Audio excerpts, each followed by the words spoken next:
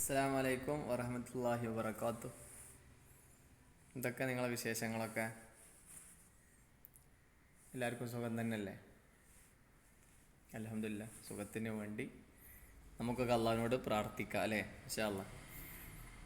ഏതായാലും നമ്മൾ കഴിഞ്ഞ ക്ലാസ്സിൽ പൈദൽ സെ ഹവായി ജഹാസ് തക്ക് എന്ന പാഠത്തിലെ കുറച്ച് ഭാഗങ്ങൾ പറഞ്ഞു. ഇനി കുറച്ചുകൂടെ ഇൻഷാ അല്ലാഹ് നമുക്ക് ഇന്ന് പഠിക്കാം.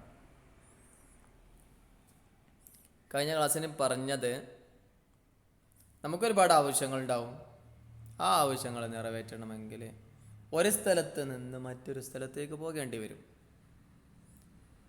അതുപോലെ ഒരുപാട് ചരക്കുകൾ കൈമാറ്റം ചെയ്യപ്പെടേണ്ടി വരും, ഒരുപാട് സാധനങ്ങൾ. അപ്പോൾ നമ്മളത് തലയുടെ മേലിലോ അല്ലെങ്കിൽ നമ്മുടെ വയറിൻ്റെ മേലിലൊക്കെ ചുമന്ന് കണ്ടൊക്കെ ഒരു സ്ഥലത്തേക്ക് എത്തിക്കാനുള്ള പരിപാടിയായിരുന്നു ഒരുപാട് മുമ്പുണ്ടായിരുന്നത്. പിന്നെ കുറച്ചുകൂടി നമുക്ക് സൗകര്യമാണെന്നൊക്കെ നമ്മൾ ചിന്തിച്ചപ്പോൾ നമ്മൾ എന്ത് ചെയ്തു? ആനയും കാളയും ഒരുപാട് മൃഗങ്ങൾ ഇവരെ ഉപയോഗപ്പെടുത്താൻ തുടങ്ങി എന്ന് പറഞ്ഞു അല്ലേ? ഇനി ശ്രദ്ധിക്കുക, ഇൻസാൻ കെ ശൗർ ने तरक्की की तो उसने पहिया ഈജാദ് कर लिया.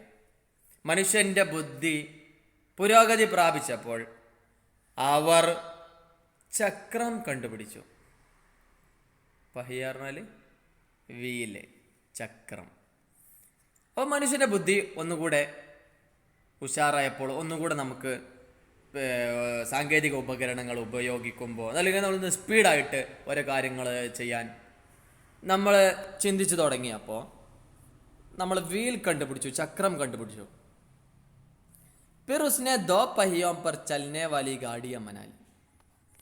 പിന്നെ രണ്ട് ചക്രങ്ങളുടെ മേലിൽ സഞ്ചരിക്കുന്ന വണ്ടികൾ ഉണ്ടാക്കി. രണ്ട് ചക്രങ്ങളുടെ മേലിലൊക്കെ സഞ്ചരിക്കുന്ന വണ്ടികൾ ഉണ്ടാക്കി. ഉൻ ഗാഡിയോ കോ ജാൻവർ ഖീഞ്ചനെ ലഗെ.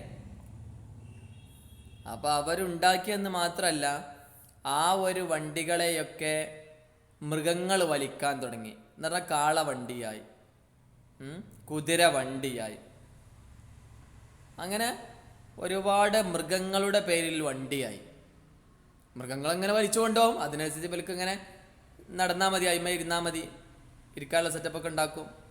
അതുപോലെ അവരുടെ ചരക്ക് വെക്കാനുള്ള സെറ്റപ്പ് ഉണ്ടാക്കും. അപ്പോൾ മനുഷ്യൻ്റെ പുരോഗതി, അവരുടെ ചിന്താശേഷികൾ വർദ്ധിക്കുന്നതിനനുസരിച്ച് അവരുടെ സൗകര്യങ്ങളുള്ള മാറ്റങ്ങൾ വന്നു തുടങ്ങി. എന്ന് മാത്രമല്ല, അവർ വണ്ടികൾ ഉണ്ടാക്കാൻ തുടങ്ങി, ചക്രം കണ്ടുപിടിച്ചു. രണ്ട് ചക്രമുള്ള വണ്ടികളുണ്ടായി, 4 ചക്രമുള്ള വണ്ടികളുണ്ടായി അല്ലേ? അങ്ങനെ ഒരുപാട് ചക്രങ്ങളുടെ വണ്ടികളൊക്കെ ഉണ്ടായി. പോരാത്തതിന് മൃഗങ്ങളെപ്പോലും അവരുടെ ആവശ്യങ്ങൾക്ക് വേണ്ടി അവർക്ക് ഉപയോഗിക്കാൻ കഴിഞ്ഞു എന്നുള്ളതാണ് എടുത്തു പറയേണ്ട ഒരു കാര്യം.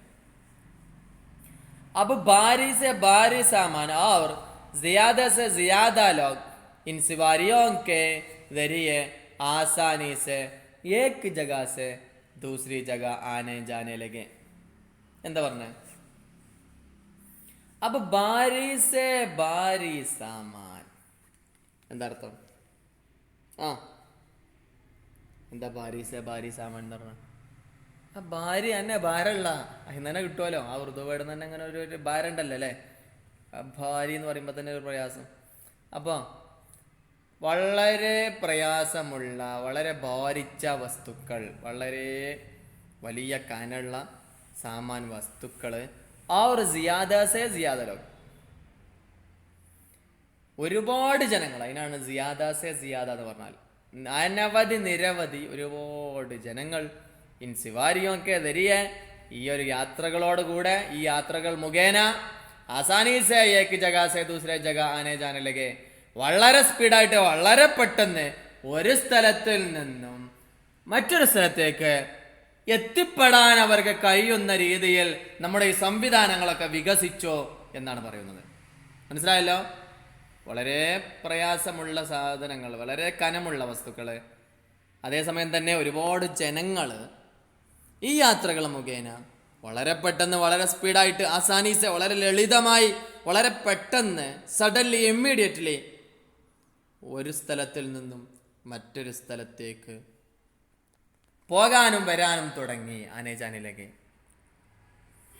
जब इंसान को भाप की कुव्वत का अंदाजा हुआ तो उसने भाप से चलने वाला എഞ്ചിൻ बना लिया.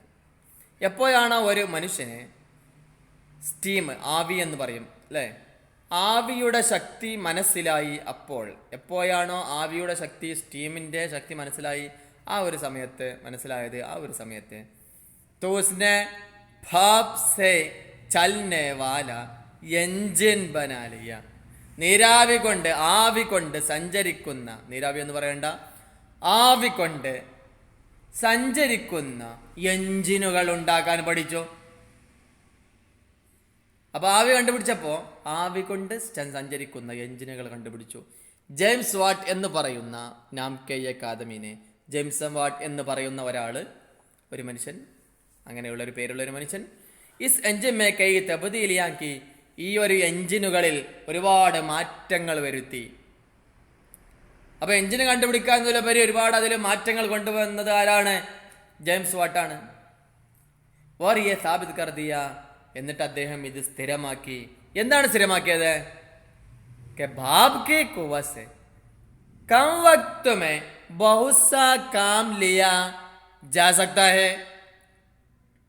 ആവിയുടെ ശക്തി കൊണ്ട്, ബാപ് കി കുവ്വ സെ, ആവിയുടെ ശക്തി കൊണ്ട്, കം വക്ത് മേ, കുറഞ്ഞ സമയത്തിനുള്ളിൽ തന്നെ, കം വക്ത് മേ ബഹുസോ കാം ലിയാ ജാ സക്താ ഹൈ, ഒരുപാട് ഉപകാരങ്ങൾ എടുക്കാൻ സാധിക്കുന്നു, ഒരുപാട് ഉപകാരങ്ങൾ ഉണ്ടാക്കാൻ സാധിക്കുന്നു എന്ന് മനസ്സിലായി. ആവി കൊണ്ട് നമ്മുടെ തന്നെ ട്രെയിനുകൾ നിങ്ങൾ ആലോചിച്ച് നോക്കോ. ഇപ്പോഴല്ല എങ്ങനെയൊക്കെ സംവിധാനം വന്ന്, ഒരുപാട് മുമ്പ് ട്രെയിനുകൾ ഓടിയത് ആവിയുടെ മേലായിരുന്നു, ആവി കൊണ്ടായിരുന്നു. കൽക്കരിയൊക്കെ വെച്ചിട്ടേ നിറച്ചിട്ടൊക്കെ ഉള്ള പരിപാടിയാണ് ആവി കൊണ്ടുള്ള ട്രെയിൻ. ഇപ്പൊ ദാറുദ്ദീന്റെ ക്യാൻറ്റീനിൽ തന്നെ കുറേ മുമ്പ് ആവിയൊക്കെ ഉപയോഗിച്ചുവെന്ന് ഞാൻ കേട്ടിട്ടുണ്ട് ചരിത്രത്തിൽ. ആവി അടുക്കള പണിയിലേ അങ്ങനെ പ്രത്യേക ഒരു ഐറ്റംസ് ഉണ്ട്. അപ്പോൾ ഏതായാലും ഇത് ശരിക്കും നിങ്ങൾ പഠിച്ച, ഓക്കെ, ഷോർട്ട് എഴുതി കൊണ്ടുവരിക. അസ്സലാമു അലൈക്കും വറഹ്മത്തുള്ളാഹി.